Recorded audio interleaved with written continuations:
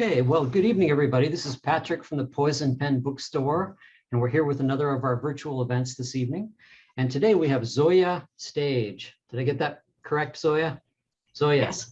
And she's going to be talking about her brand new book, Getaway, and Barbara's holding a copy there as well. And Zoje was kind enough to sign a batch of books for us, but they're dwindling rapidly. So I'm going to go, here's a cool little bookmark too with each book. I'll go ahead and put a link if you'd like to buy one of the remaining copies in the comments field. And also, if you have questions for Zoje, go ahead and put them in, and I'll emerge whenever I'm summoned to ask any of your questions. So anyway, over to you, Barbara. Thank you very much, Patrick. I just love the way he does that. It's like there's a trapdoor and Zoom, like a stage trapdoor, which he disappears into, and then he comes back. So it's great. So let me raise a glass to you. Thank you so much for joining us. This is our first conversation with Zoje, who is the author of two earlier books, Baby Teeth and Wonderland. Baby Teeth was one of the most anticipated books of 2018. I mean, if you look it up, you will see there's like columns of people who are excited about it. And I can see, Zoje, that it says in your bio that you're a former filmmaker, which is certainly true. I can see it in this book because there's a lot of very visual scenes in it. But you have a penchant for the dark and suspenseful. I love that, which I think is an understatement. So since we didn't get a chance to talk to you about Baby Teeth, which I remember was a really frightening book, why don't you say a few words about Baby Teeth before we move on to Getaway? Sure. Baby Teeth is about a mute 7-year-old girl, and her mom has been homeschooling her because the girl has been very disruptive in schools. And the daughter's father, the mother's husband, has been a little bit oblivious to the dynamics in the family. And so when Suzette starts reporting that Hannah's behavior is getting worse and worse, and she really thinks something is wrong with their daughter, the husband doesn't believe her. But ultimately, it really becomes clear to Suzette that her daughter wants to kill her. And then the family really has to figure out how to deal with this very disturbed child. Wow. Well, if that doesn't hook you in, what will?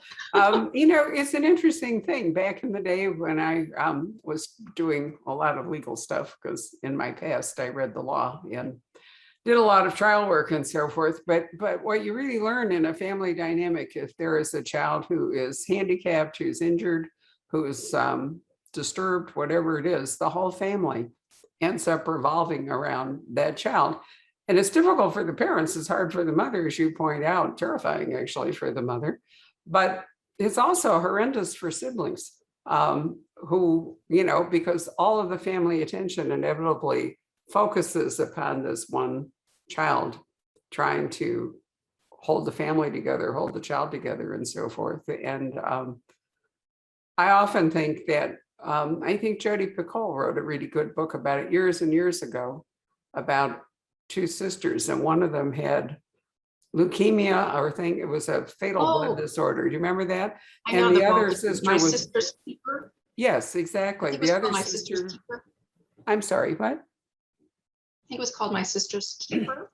Yeah, right. And I don't want to give away the ending, but basically, the healthy sister was being groomed to supply blood for the unhealthy child, and the dynamics of all of that and the ethical questions. Did the parents have the second child just in order to provide a donor for the ill child? And what are the rights of the ill child, if any, and so forth?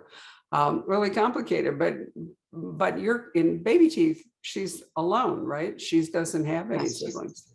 She's an only child. I thought that would be a little bit simpler given how complicated the family dynamics were going to be, because I did want to try to depict how a family would realistically have to deal with a child like that, because that's where for me, a lot of bad seed stories had not quite fulfilled my expectations, as I wanted to see, what would the family do? What were the medical options or legal options, or what might they have to do? And I mean, it happens in real life. There are children who are very severely mentally ill who pose a threat to members of the family, and it is very hard for the parents to get help.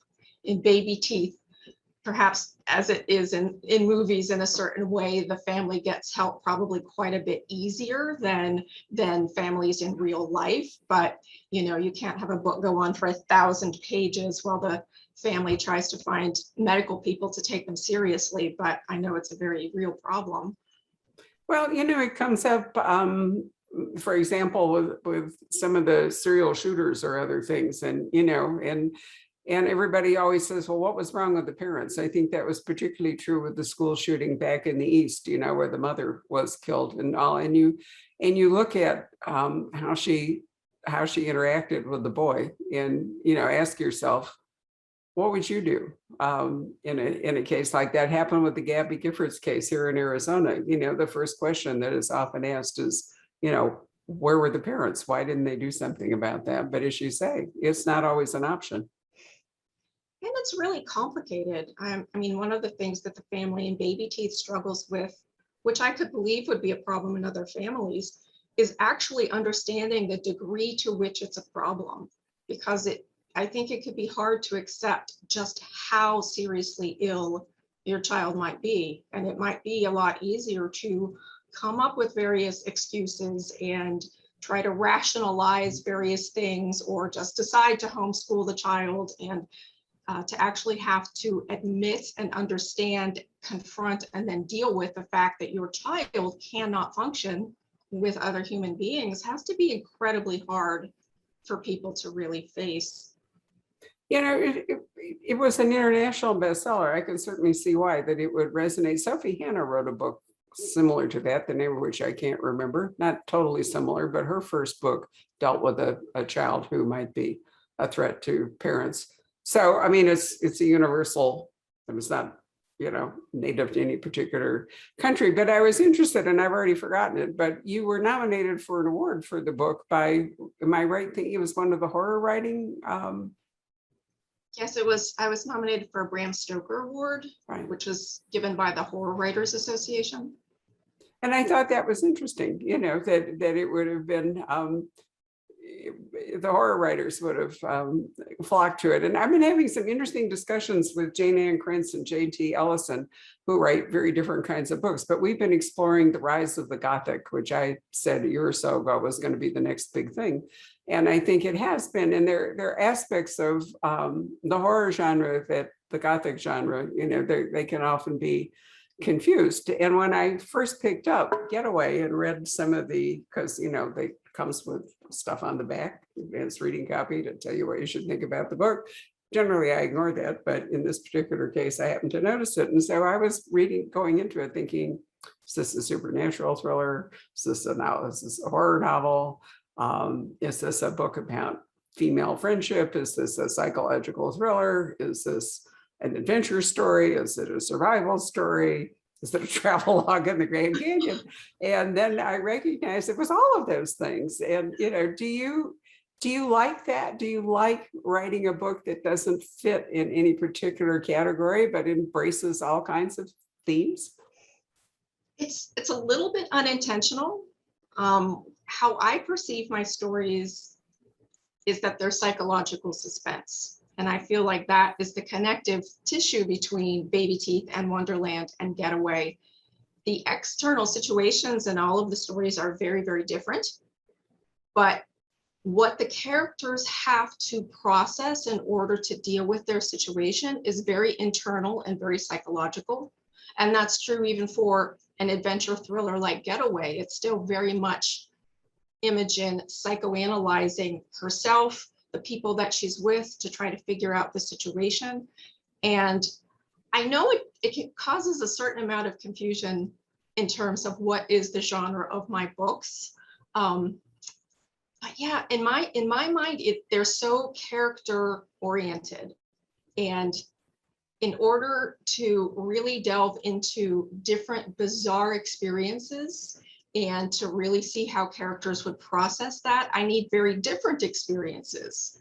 And so I think that's part of why they seem very different externally. But yeah, no, I've been surprised sometimes by the different genres that people have called my books. I was never expecting Baby Teeth to be considered a horror novel. Right.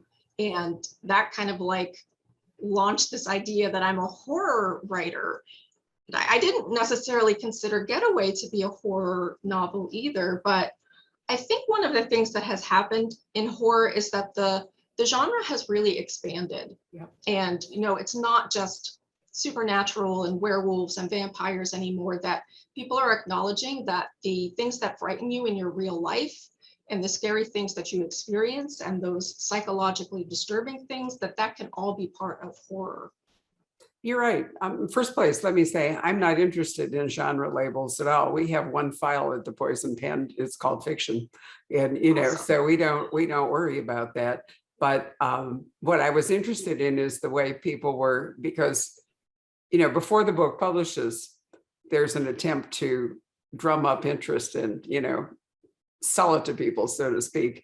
And assigning labels to it is one way that you do that. You know, if you like horror, if you like Stephen King, then, you know, you will like Zoje Stage. Sorry, I keep wanting to say Stage.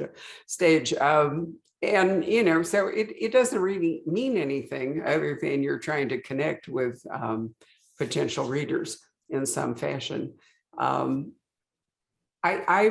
myself really a fan of the Gothic. I mean, we can go all the way back to Walpole and the Castle of Otranto. We can talk about Poe and the Fall of the House of Usher.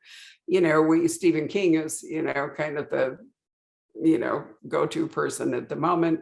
We have Joe Hill, we had Peter Straub, we have Michael Carita, who's actually bifurcated. He's a fellow Hachette author, bifurcated his career between straight crime and the more supernatural, for example. Preston and Child, their new Agent Pendergast, who's kind of a Sherlock Holmes for our time.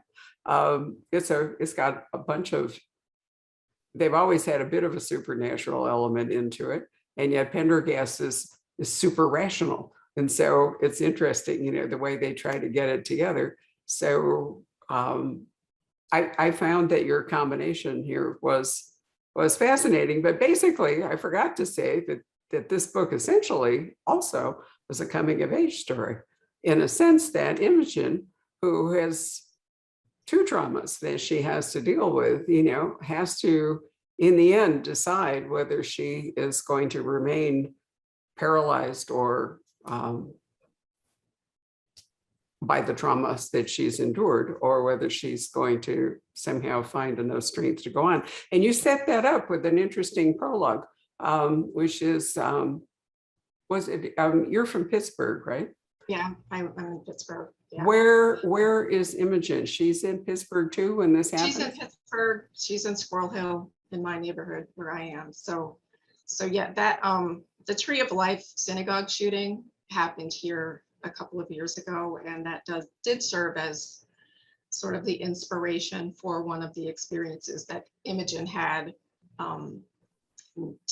She wasn't in the building when the shooting happened, but she was approaching the building and she heard the gunfire inside the synagogue, and she froze and ran off and hid in a bush. And she has carried this incredible guilt with her ever since then, that she should have done something. And even though she knows it's not logical, what could she have done against a gunman?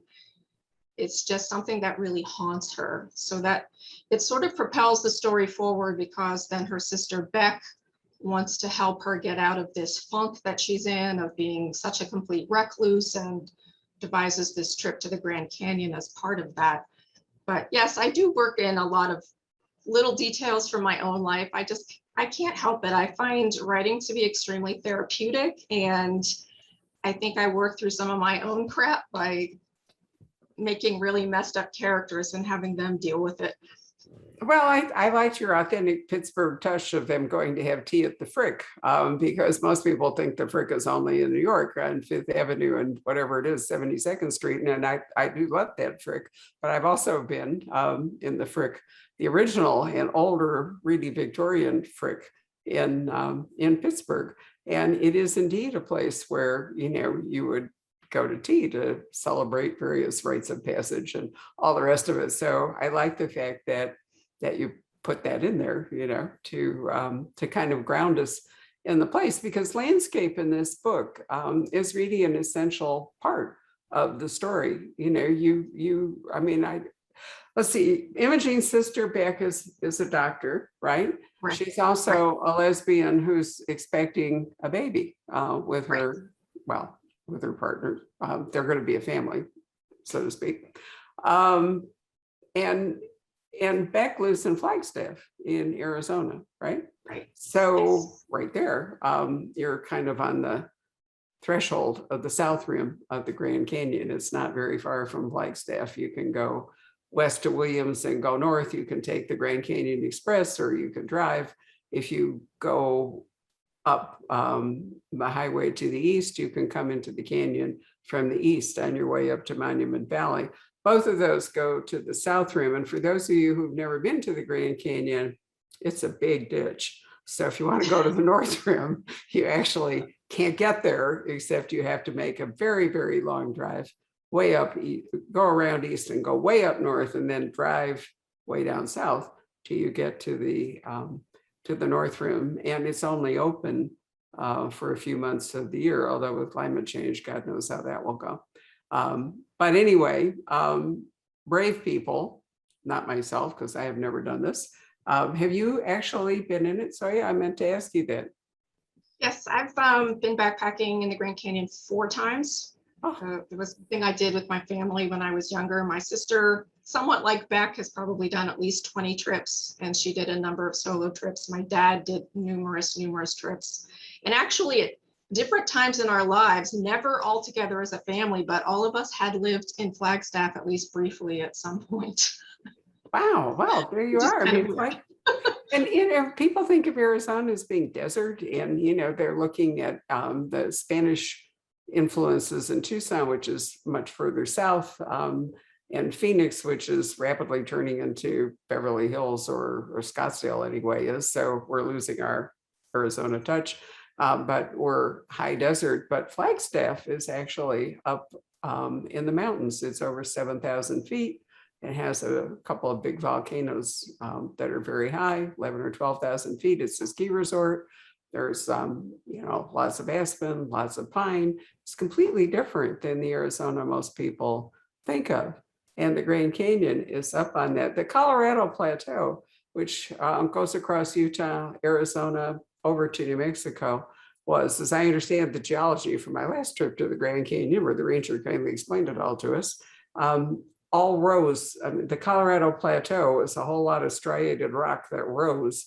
And so instead of being tilty and, you know, having striations that are diagonal and whatever it is, it's up. So the Grand Canyon has cut down through, almost like you're cutting down through a cake, and you can see all the different layers of rock. It's an absolute glimpse into eons of geology, but it makes it fabulous for hiking, because you get to descend actually from today way down into time. Was that fun? Did you enjoy doing that?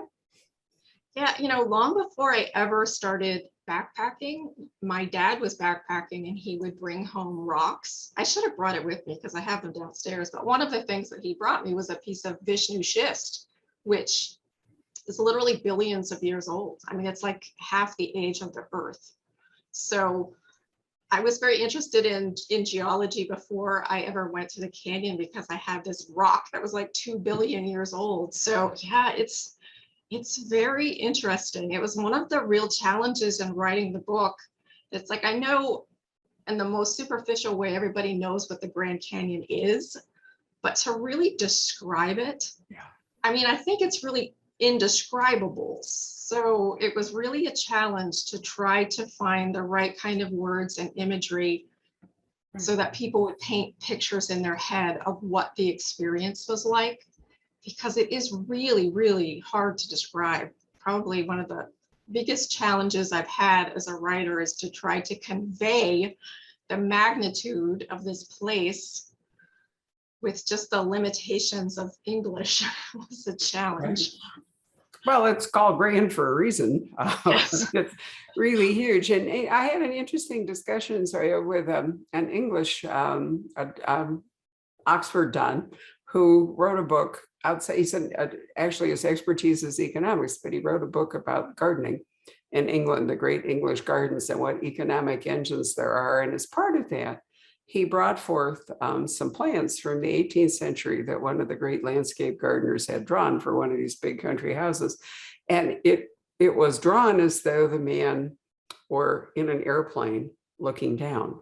And yet you recognize that until flight, nobody could do that. You didn't have that perspective. How interesting. Exactly. I was fascinated with that. But then it made me realize that for my 50th birthday, my brother, who had a pilot's license in a small plane, his present to me was to fly me from Scottsdale and fly me over the Grand Canyon, both directions. And I thought, it's only if you're in the air over it, but you're not so high in a supersonic, in today's jets, because then you're too high, that you can really even embrace the magnitude of the canyon. And there are all kinds of restrictions on it. I'm not even sure you can do that anymore. There's been a couple of accidents, air drafts, whatever. And actually this year, there have been last couple of years, surprising number of deaths, some of them murder, at the canyon, where people have either gone missing because they went hiking. There's a couple of instances where people were encouraged to back up we'll get to Instagram here because that's part of your story, backing up, for a great photo op and backing up right over the edge. And then, people who've had adverse reactions to not strong enough to make the climb out, whatever it is. So they actually have a whole kind of emergency medical center at the South Rim, to try to deal with all that. So oftentimes people are unprepared for the magnitude of the canyon, but also the dangers of trying to be casual, being casual about hiking into it. So I like the fact that in your book, when after the horrendous opening scene in Pittsburgh with the shootout, we're next in Flagstaff, where I think your phrase was, it looked like a bomb had gone off in the sister, Beck, the doctor at Imogene's sister's house, with all of the stuff that the three women involved were assembling sensibly to try to tackle this. So why don't you tell us about the other women? We've talked a little about Imogen. Tell us about Beck and about, trying to remember, what's her name? Tilda is there. Tilda, right. Yes, so Imogen is a writer. She's in her mid-30s. She and her sister and Tilda all went to high school together. And Beck, as you said, is a doctor. She's a general practitioner. She's married. She's about to have her first child. And she's very much a person who likes to fix things and has the expectation that she can fix things. So she's very straightforward about how she thinks. And then their friend Tilda, she has become an influencer. She launched a somewhat strange career after, waiting tables and doing that kind of thing and wanting to be a singer. And then she got her big break on American Idol. And that happened many years before the start of the story, but she, I think, finished 11th in her season, and she was able to use that to just keep going in the public eye. So she's become quite well known, and much to Imogen's chagrin, she's also writing a book, though it's a nonfiction book, and Imogen has some jealousy issues towards Tilda, in addition to the fact that there was an incident in Tilda's life from when they were in their first year in college. And in the book, it's just referred to as the thing, but it's something that in recent years, Imogen has become more conscious of in terms of how it affected her life. And Beck has become more conscious after reading one of Imogen's books about how that event affected her life. And so Beck has this idea, again, that she can fix everything and everyone, and have Imogen and Tilda confront each other and deal with this situation from the past, and then they can be best friends again and everything will be fine. That's her idea of it anyway. Needless to say, there's not as much time on the trip for bonding and dealing with all of their stuff from the past as they thought there would be, but they do manage in their own way. I'd say probably ends up being much more of a bonding experience because of the trip going badly than it might have been if the trip had actually gone well. Oh yeah, no, I think you're absolutely right. I mean, I'm fascinated with the whole idea that influencers are a profession. I mean, you know, it just blows me away. I do the Instagram for the bookstore, but otherwise I've avoided all personal social media. And I've been interested to see that when I started it, I thought it would be just all, I mean, I'm trying to do my part. The rest of the staff does other, you know, they do Facebook, they do Twitter, whatever. And I thought, surely I could do like one thing, you know, to do this. And I thought it was going to be like all books all the time, all about the store. And what I've learned is that what people like the most are not just the pictures of our brand new puppies, which we adopted on National Dog Day, puppy videos way outweigh the book, you know, just totally do. But people really love, you know, the travel pictures, that because I do a lot of that. They even like, you know, pictures of Arizona gardens with the cacti and all. We have a particularly beautiful garden and the whole bit. And that it isn't really just the books by a lot. In fact, sometimes the books are the least popular thing. And all this other stuff, you have to have kind of a blend. Now, does it have any actual financial benefit for the bookstore? I am not sure. We don't have an Instagram store. And if we ever set one up, which right now, since we're way over our heads with the amount of business we have, I don't want to add that to the mix because we just flub it. The only way I can imagine that we could determine if Instagram were actually an economic tool, you know, social media tool for the bookstore would be to set up a store, because there's no other way to measure it. So why am I doing it? Is the question I often ask myself, you know, why am I doing this? You know, I don't want to do it for me. And I'm not at all clear that it's a particular benefit for the poison pen. In a way, it's a communication tool. So I can't go from that to think about being an influencer as a full-time job. I just can't wrap my head around it. How do you feel about that? Yeah, I remember a few years ago when I first started hearing the word more and more often. And, you know, originally I think I just thought of people like Paris Hilton and the Kardashians, of like people who I thought were kind of famous for no reason, no offense to them, but what did they do but be famous? And I kind of feel like there are some influencers who may be along those lines.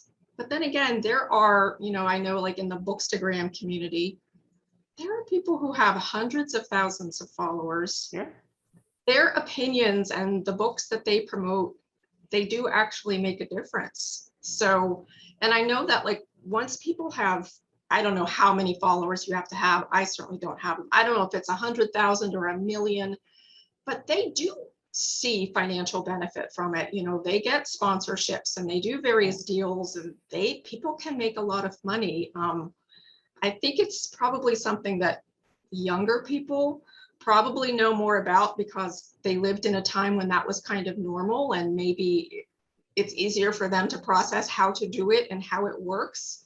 I have no clue how you attract those kind of followers and really influence what somebody thinks or what they're supposed to like. But I mean, I probably do it for the same reason that you do, is I feel a certain obligation to be out there and to share a certain amount of stuff. And at least for me, I do feel like it does help me connect to some individual readers and people who I feel friendlier with now, that it's like I've seen them for a long time and I've seen pictures of people's kids in their home library and all their stuff. So yeah, in the modern world, it's like social media has become this far distant way of becoming, I know the word friend is different than what it used to be, because you don't have to know a person in real life anymore to call someone a friend. But I'm trying to accept it. But you know, if Instagram really goes the route of TikTok, I'm drawing the line there because I'm not doing TikTok.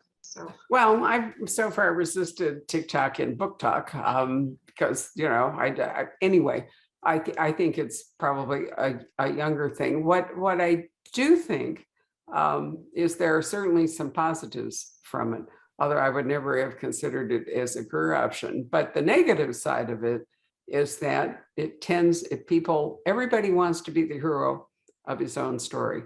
And what's happened is that the platform allows every single person now to basically do that, to put a story up and be the centerpiece of it. We really see that back in before times when live people came to the bookstore to meet authors, and we had live signings, which I hope we will be able to go back to.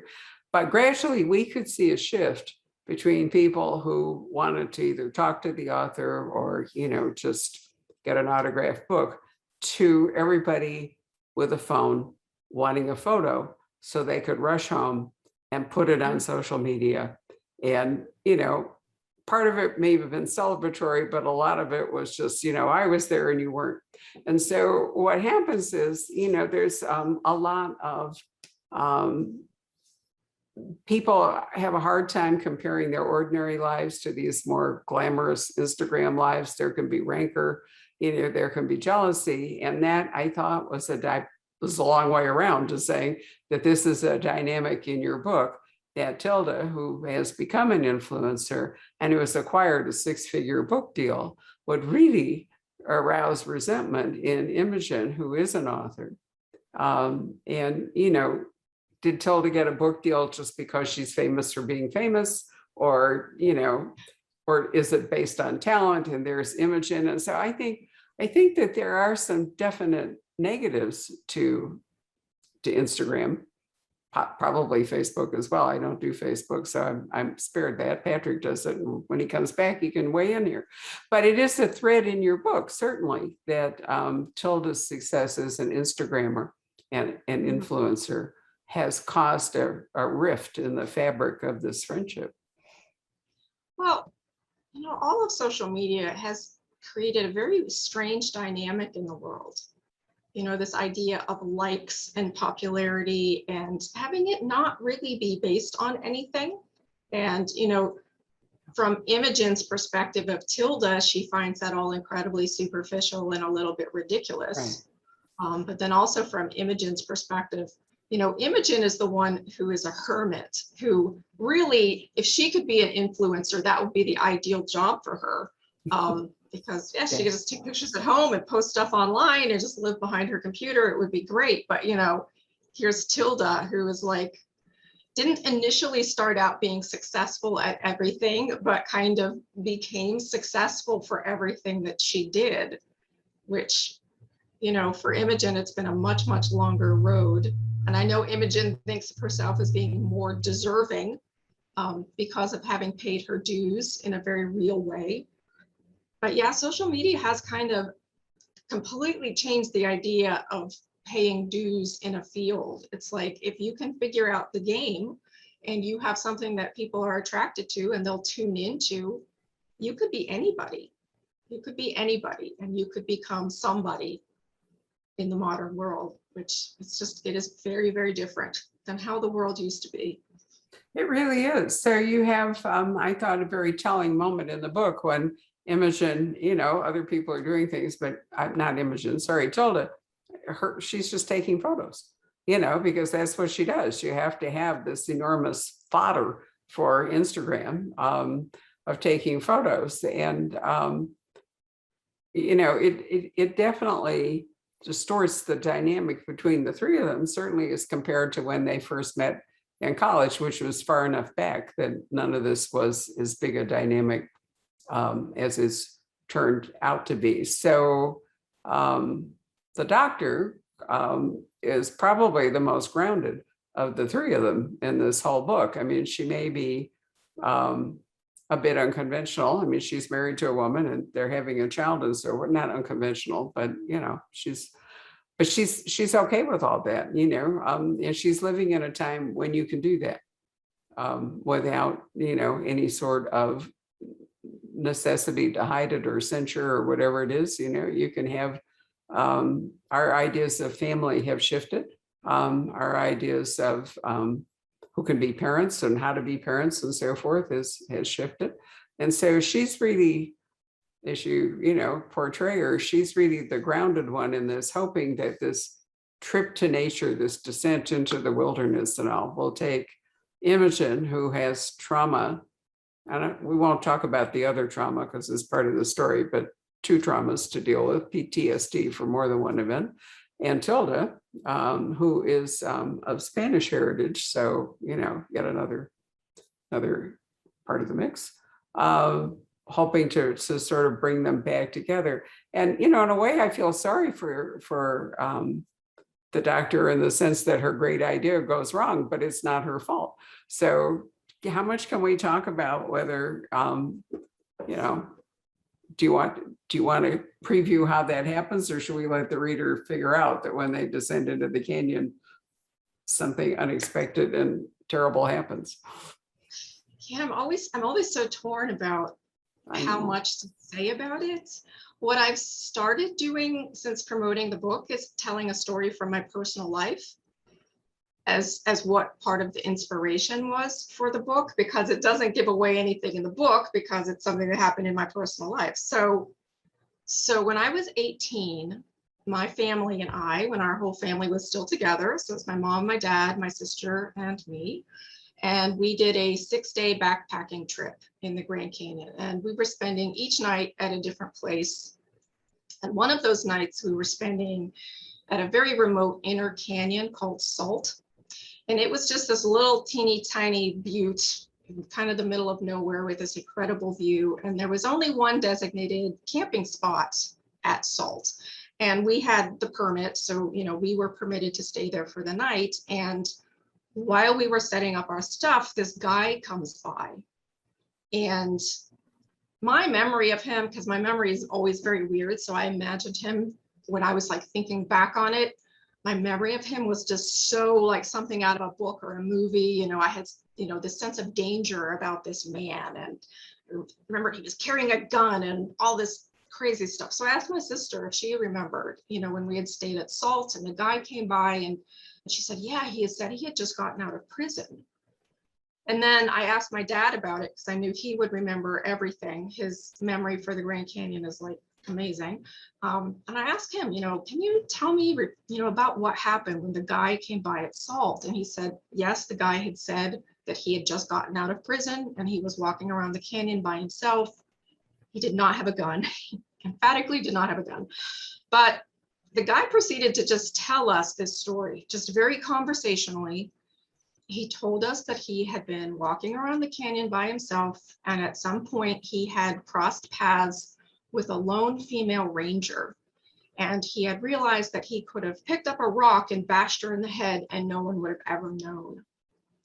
And my dad at that point told me that he started looking for a rock because, was he going to need a weapon? We didn't know what this guy was going to do, because that's not a very normal thing to tell people in a conversational tone. But in our story, the guy just walked on. We never saw him again and really never had to think about him again until I started thinking about novels to write. And it was a pretty obvious starting place to think, what would happen if a group of people were in the canyon and they met someone who was not quite right, who did not walk on. So. Got it. That's a very good summation. The interesting part of that, actually, sorry, is that you don't know whether he just made that up. Back in the day, I mean, he could easily have just been, some accountant, who decided he would feel macho by telling people he was out of prison and whatever. Because, how would you ever check out his story? Right.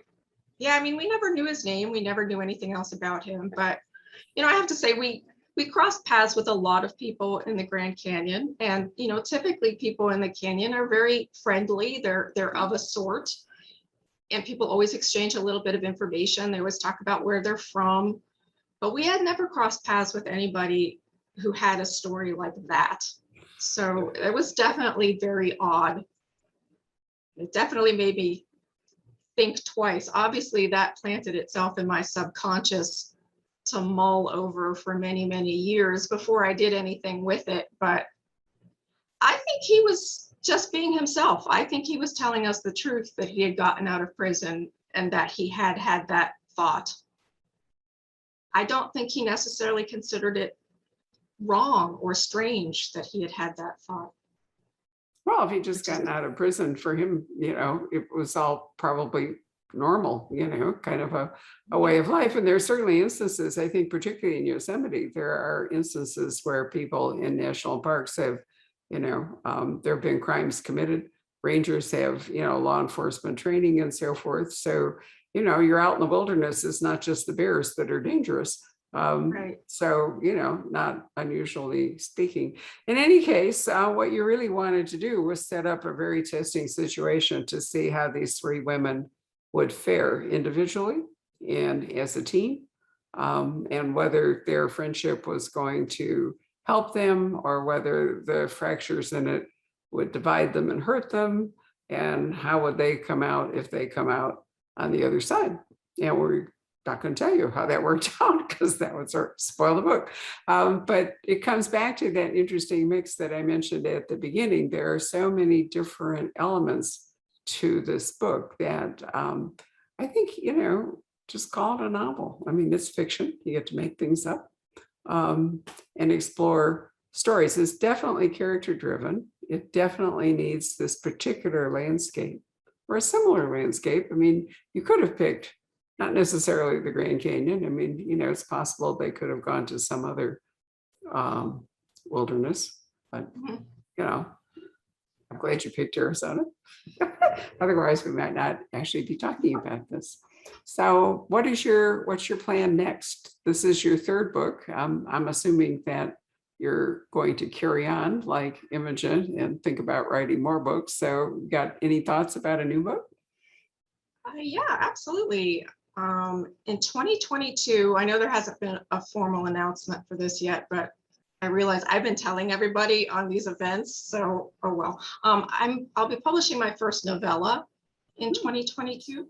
It's a little bit off brand for me, but it's a project I'm really passionate about. It's sort of a dark fairy tale. I call it a wary tale, but it's also a parable, as I think fairy tales should be. And then I recently finished. It was really hard to write during the pandemic. It was such a weird year, but I did recently finish a first draft of a new novel, and I showed it to my agents and they really loved it. So that's just starting. We're a little too early in that for me to really describe it, except to say that it's a mother-daughter story, but unlike Baby Teeth, it's an adult mother-daughter story. Wow. Well, with good news even for more you. creepiness than Baby Teeth, maybe. So you really do tend towards the nightmarish and the dark some of the time. I love it. I do. Right. And, you're right in sync with, the pandemic, lots of writers have said, well, that's not true. What we normally hear, because this question comes up with almost all of the author discussions we do, is that the pandemic has made it difficult to write, or the pandemic has created so much downtime that people have been even more productive. And I think, there's really no way to predict how any one person will react to lockdowns and to, a kind of hovering sense of danger all the time, or just isolation. Writers, I think, in many ways are better prepared for isolation than many people. But there's a lot of distraction. Didn't help with the political situation. Doom scrolling became kind of a way of life. But good for you that you were that productive. And I'm delighted to hear you talk about fairy tales, because when I was a child, absolutely loved fairy tales. Do you remember like the yellow book of fairy tales and the red book and the blue book and the green book? And maybe not. You probably are I'm older, so I would remember they were collected like that. The fairy tales were basically dark and disturbing. I mean, Disney has given us, I think, a sanitized version of an awful lot of fairy tales, but many of them were very dark. A lot of them come from Germany, where there was lots of forests and beasts and trolls under bridges and really scary things. Do you know the work of Joanne Harris at all? She I wrote don't. she wrote a major book called Chocolat, which became a great movie with Johnny Depp and Juliette Binoche and all. But she has always been fascinated with fairy tales, and she's written several novels or collections of dark fairy tales. And John Connolly, who's Irish, and he's collected at least one book, I think, of Irish fairy tales, you know, which are also on the dark side. I've always thought they were kind of an interesting Germanic version of Greek mythology, you know, I mean, like Bullfinch's Age of Fables, because if you really read a lot of the Greek myths, there's some awful bad stuff that really happens in them, but it's kind of blamed on the gods. But I think fairy tales were kind of a way for Middle Europeans to explain the world in the same way that the Greeks wrote their myths. So what interested you in writing a fairy tale? There were a couple of things. One, you know, maybe this is evident in my second novel, Wonderland, which does have a supernatural element. I really enjoy writing without having any constrictions, where I don't have to be constricted by the real world. I can just literally do anything I want and let my imagination go wherever. And I really like that. And the other thing I had heard or read, Philip Pullman had written the introduction for a collection of fairy tales several years ago. And he described fairy tales, at least in terms of their structure, as one thing happens and another thing happens.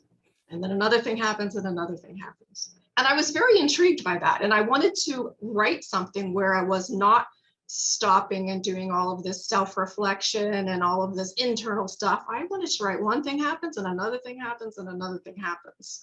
And I also do like how, you know, a lot of the darker fairy tales are meant to teach you something about the world. And in my story, a young girl has this incredible growth spurt, and she keeps growing and growing. And clearly she's growing into a giant, and it's beyond what anybody can understand. And she doesn't like how her father and the doctors are treating her as a condition.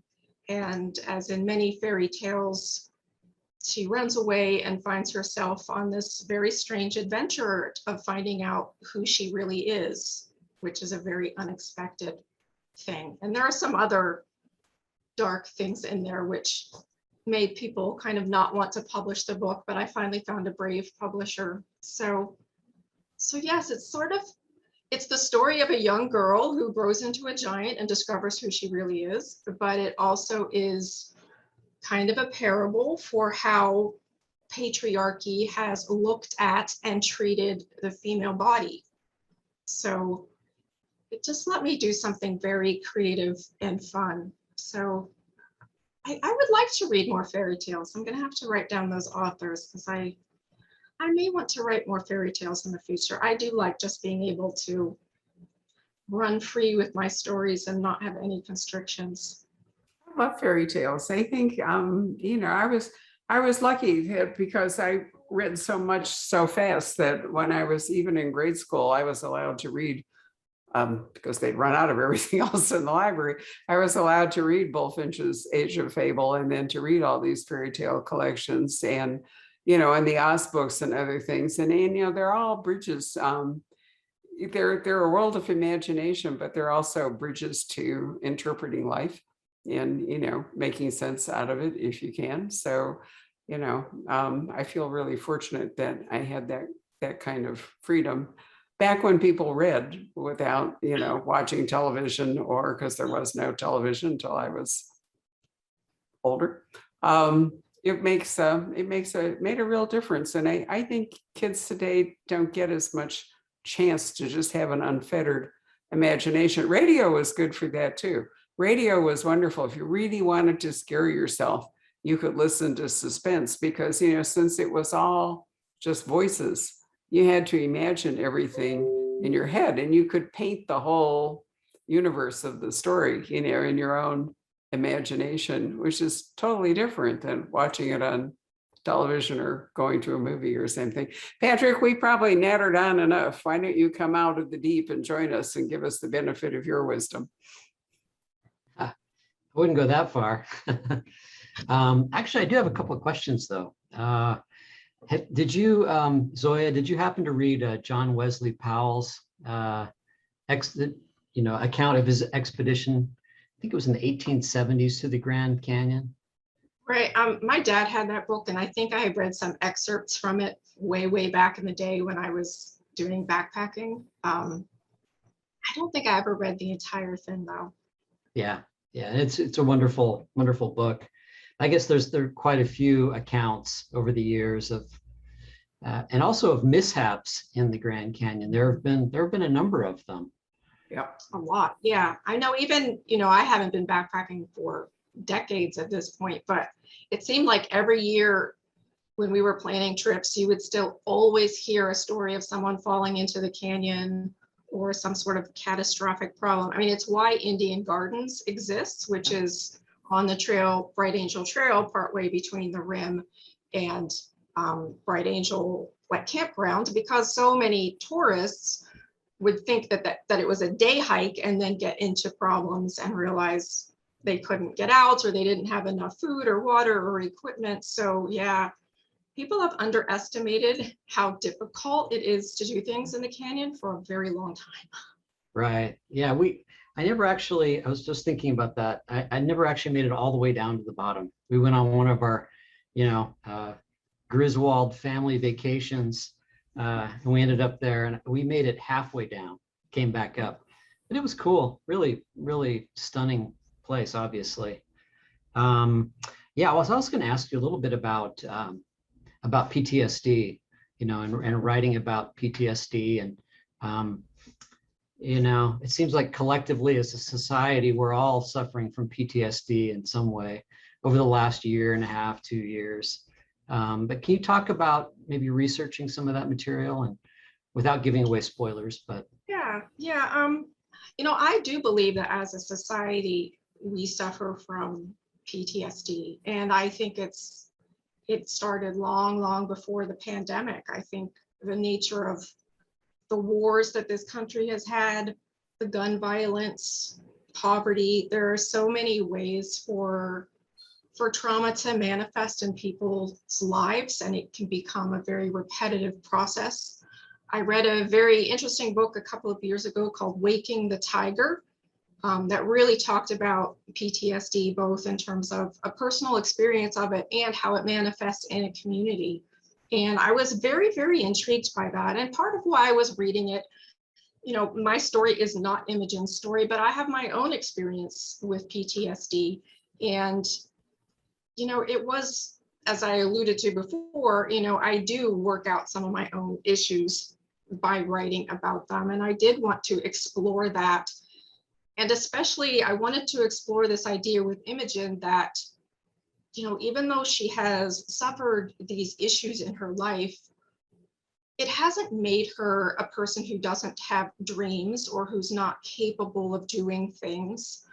I know it was one of the things I had talked about with my editor when, I was working on revisions for the book, and she had certain ideas about making Imogen a little bit more pathetic. I'll just use the word pathetic. And I was very resistant to that because I was like, everyone around us is suffering from PTSD, or at least the majority of people. And they're ordinary people who have families and jobs, and they're not acting in some sort of overt way that you would know what they're dealing with inside. But I do believe that so many people really are dealing with something very difficult and have experienced things that they don't really talk about in public, or maybe haven't figured out how to process it completely for themselves.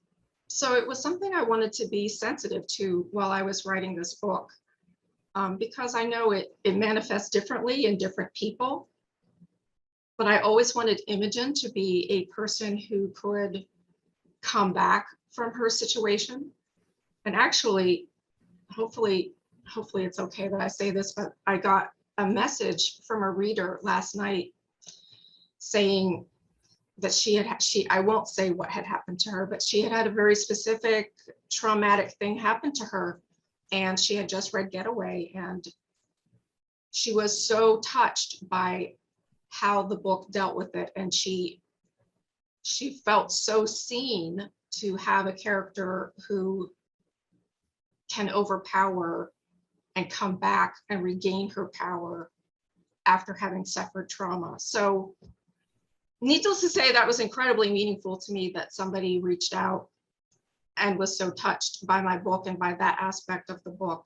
So I hope other people, even if they don't send me a message about it, but just if they have some issue in their life that they've not quite known what to talk about or not quite processed fully, that if they read Imogen's story, that maybe they'll feel a little more powered themselves about what their own possibilities are.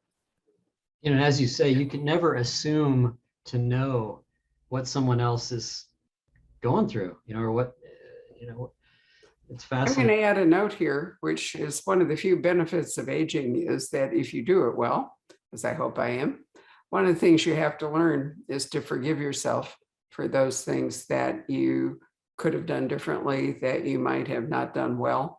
And that I think that's part of PTSD too. It's part of Imogen's problem in a way, is that she needs to learn to forgive herself for her cowardice, let's say, or her lack of agency at the synagogue shooting, the fact that she ran and hid. That is a trauma for her, but she also needs to learn to forgive herself for doing it. And I think she needs to forgive herself on multiple levels. Yeah. There are so many instances that happen, you know, as a result of traumatic events where people have regrets or blame themselves for some aspect, even if it is just, why didn't I do something differently? But obviously you can't fully heal until you can forgive yourself for those things. I think accepting other very traumatic events that are from the outside can be a little bit harder if it makes you a bit more tentative about dealing with the world. And that's something that Imogen is dealing with also. But yeah, no, it's really complex. I highly recommend Waking the Tiger if anybody is interested in the subject of PTSD, both personally and as a community. Wow. It sounds like the title Getaway is one of those titles that does double, triple duty in a lot of different ways. Do you think that it would lend itself to the silver screen or to a film if it was done right? I do. It would have to be done right. When I first was thinking about it, and like my sister read the book and she's like, oh yeah, this would make a great movie. And I was like, but how would they shoot it? Because I don't think you can shoot anything like that on the trails in the Grand Canyon. But then my sister, being much more knowledgeable of Arizona than I am, and she started rattling off the name of all these places, like, oh, they could shoot it here and there. And so it's like, with movie magic, they could probably fake the canyon trails, so that wouldn't be the big issue. For me, the big issue would be to maintain the complexity of the relationships and how no one is just black and white or clear cut, and how some of their alliances kind of move back and forth. Like, that would be more important to me than, I don't know, any kind of big action scenes or anything like that. Right. Have you been to the Canyon de Chelly by any chance? I have, yes. Yeah, that's really amazing too. And Yes. it's funny how a lot of those places, my wife and I love to go up to the Hopi Mesas, you know, up there. And we just got back from a little trip up to that part of the world. And I don't know, there is this, I hesitate to say spooky, but some of those spots, there is some sort of vibe, you know, a resonance that comes out of the landscape. And it's hard to really describe it. But are there any other locations that kind of speak to you in that way? You know, I'm probably not well traveled enough, but definitely in the places in Arizona that I've been to. And part of it is knowing that people had lived there, because, you know, there were people who, the Anasazi had lived in the Grand Canyon at one point, and at Canyon de Chelly, and they still have, you know, the handprints on the walls. And you know, it's like people had lived there, families had lived their ordinary family lives there. So there, I think there is always this sense of a presence of past people. So I'm sure if I had traveled more, I would have experienced some of that in other places too. Maybe someday I'll get a chance. I don't know. And also places where, very traumatic events have occurred, battlefields, going to Gettysburg or go to, Little Bighorn or places like that. Yeah. Yeah. Let's see here. I do actually have a customer or a question here. Dustin asks, he says, I'm 80 pages from the end of Getaway and absolutely loving it. Did you base all of the locations on the character's journey on real locations you've been to? It feels so specific and lived in, and that builds the suspense and reality of the perilous situation even more. Yes. Well, actually, yes and no. While I've been backpacking in the Grand Canyon 4 times, I have not been out to Slate and Boucher, which play key roles in the book. But with my dad's help in terms of research, every single place that they are in the Grand Canyon, I try to write with as much accuracy as possible. And I know, like, for the sake of fiction, sometimes it could be very easy to be like, oh, well, make up something else so that the characters could do something else. But I didn't want to do that. I really wanted them to work within the confines of what it would actually be like to be in those places in the Grand Canyon. So I try to make that as realistic as possible. You guys were talking about fairy tales, or I really think of them as folk tales, it got a lot of crossover there. Are there writers that you admire that kind of meld that into their work? Not to put you on the spot, but I was thinking of, Italo Calvino and, people like that who've done a lot with. I definitely enjoy books where, like, they've almost created their own mythology. And now I'm trying to remember the titles that I supposed, like the Claire Fuller's first book. Do you know the book I mean? Claire Fuller's first book. What was it called? It will occur to me in 20 minutes. And Carola DeBelle's first book. That was another one where she really created such an interesting kind of post-apocalypse. Well, I guess it's more dystopian sort of mythology. So I do enjoy books that do that, but obviously I'm terrible at recalling what they're called. Well, on the spot, but yeah. Was it called Unsettled Ground? No, that's her current. That's Claire Fuller's most recent one. Bitter Orange? Nope. I was thinking of Dan Simmons. Our Endless Numbered Days. Our Endless Numbered Days. Yes, that was her first book. Great title. Yes, I know. It's a wonderful title. Yeah, Dan Simmons. Title. Yeah, I know it's handy that we have these little gadgets where we can look up stuff. Normally, Patrick saves me from a lack of memory by looking it up and using the chat feature. But, it's great. I love the fact that we can recommend books by other people when we have these conversations, because I think it's very helpful for readers to have an opportunity to get recommendations from authors and see other things. I didn't realize I'd gone quite so dark here. I'll turn on a light. There we go. Yay. It's been a real treat to meet you and to talk to you. Thank you so much. I'm glad the Grand Canyon has brought us together. Yes, it's been very fun, very interesting. Thank you so much for having me. Well, it's a real pleasure. I'll remind you again that we do have autographed copies of this wonderful book. And since Labor Day weekend is coming right up, it's something that you might want to read. And I hope that we'll get a chance to do this again when your next book publishes. So yeah. Anyway, thanks for joining us. Let me thank all of you who are watching it tonight. I apologize for screwing up the time and talking to our public.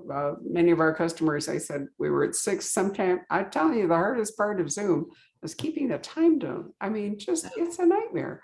I worked out one recently. We're going to do an event with an author in Perth, Australia, and an author in Dublin, Ireland, and we're in the middle. So trying to work out what time it is at 2 o'clock in Arizona. What time is it in Perth? It's 5 a.m. I now know that. What time is it in Dublin? It's 10 p.m. And, trying to get all that together, Zoom has allowed us to do all these wonderful things, and bring authors together one that thing. we would never have had a chance to do, but occasionally we really screw it up. So my apologies. What is it, Patrick? One last point. I wanted to ask Zoya, was Josh Kendall your editor on this book from Mulholland, or was it? No, actually Helen O'Hare. Okay. I was just going to ask, have you come up with a soundtrack for the book? It's a serious question. I know, but for me, it would go into this very long, strange conversation about my strange relationship with sound, because I very rarely listen to music. I have a very strange thing with sound and disembodied noises. Cool. So no, I don't listen to very much music. So no, I do not have a soundtrack. You know, it's an interesting thing. We've had a number of books and a number of authors who actually have published the playlist of the music playlist along with the book, you know, to either because it suits the story or it's the playlist they listened to while they were writing it. But I do find, you know, it's almost as though books are becoming kind of multimedia in a strange way. It's really fascinating. And of course, authors can use their websites too, you know, to do that kind of thing, to do outtakes, to do, you know, deleted scenes. You're a filmmaker, so you're definitely familiar with that whole dynamic, right? Yeah, though I have to say in recent years, I have really sort of gone hardcore for writing novels. And I never kept up with all the technology of filmmaking. So it's like, well, I have an iPad now, so at least I have iMovie again, but I really otherwise don't have any equipment anymore. But honestly, my experience is that I can do so much more with writing a novel or writing long fiction than I could ever do trying to make a film, because I never had the resources to really make what I ever wanted to make. And film is always such a project by committee, and writing novels is not so much like that. So yeah, I'm a hardcore novelist now. You can be the god of your own book, but nonetheless, your career as a filmmaker is responsible, I'm sure, for the very visual quality of lots of your scenes. I think you did a wonderful job in painting, you know, the picture for us while we read it. So anyway, thank you so much. It's been great. I hope everybody enjoys the rest of their evening. Good night. Thank you. Good night. Good night.